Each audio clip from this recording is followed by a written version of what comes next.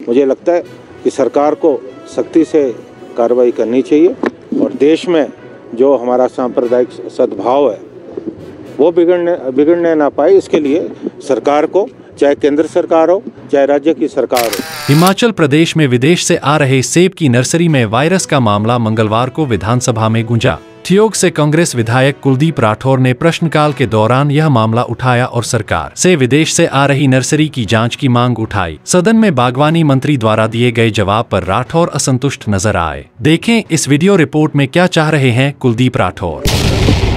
देखिए, जो विदेशों से यहाँ नर्सरी आ रही है, शर्त ये है कि कम से कम 1 साल के लिए जो है क्वारंटीन होनी चाहिए और ज़्यादातर जो भी बाहर से ला रहे हैं व्यापारी हैं वो हिमाचल से बाहर हैं और हमें इस बात की पूरी जानकारी है कि जो भी मापदंड है वो पूरे नहीं किए जा रहे। बगैर क्वारंटीन के जो है नर्सरी जो है हमारे क्षेत्र में अवैध रूप से बेची जा रही है। अब जो वायरस दूसरे देशों के नोन या अननोन वायरस, उन वायरस का हमारे क्षेत्र में खतरा बढ़ गया।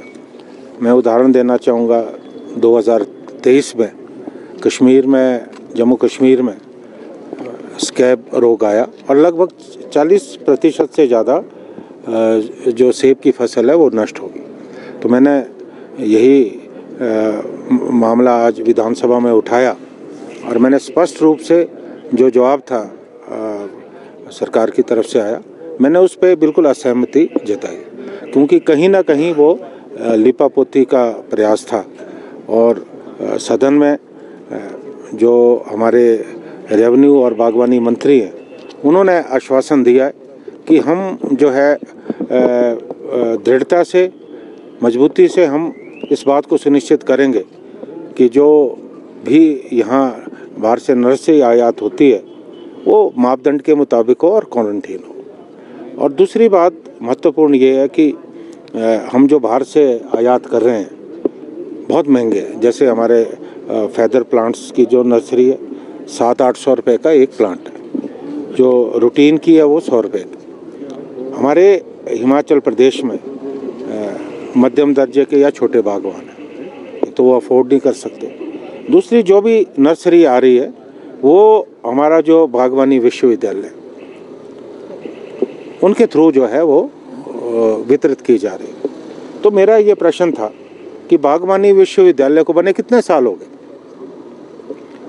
और मुझे वहाँ जो साइंटिस्ट है उनकी काबिलियत पे संदेह नहीं है, कितना पैसा अनुसंधान पे खर्च हो रहा है।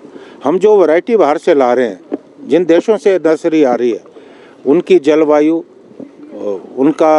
उनकी सॉइल कंडीशन, एटमॉस्फेयर हमसे बिल्कुल अलग है। तो क्या हम आज तक इतने वर्षों में कोई इंडिजिनस वैरायटी यहाँ नहीं पैदा कर पाए? इस विषय में आज तक कोई अनुसंधान हुआ ही नहीं। और मुझे खुशी है कि बागवानी मंत्री ने इस बात को माना कि उन्होंने इस कमी को जो है बिल्कुल महसूस किया और सदन में ऑन रिकॉर्ड बोला कि इस मामले में रिसर्च नहीं हुई है। तो हम इतना पैसा क्यों बर्बाद कर रहे हैं? बागवान लगातार जो है ठगी का और उपेक्षा का शिकार हो रहे हैं। मुझे ये लगता है कि इस दिशा में सरकार को बहुत गंभीर प्रयास करने की ज़रूरत है और हमें अपने देश में वैरायटी यही हमें पैदा करना चाहिए, रूट स्टॉक है या दूसरी और वैरायटीज़, और ताकि हम कम दामों पे जो है वितरित कर सकें, तभी हम आने वाले समय में अपनी बागवानी को आगे बढ़ा पाएंगे। सर, औरंगजेब इशू काफ़ी गरमाया हुआ है, क्या करेंगे आप? देखिए, मुझे लगता है, बहुत अफसोस होता है कि आज हम नॉन इश्यूज़ पे लड़ रहे हैं।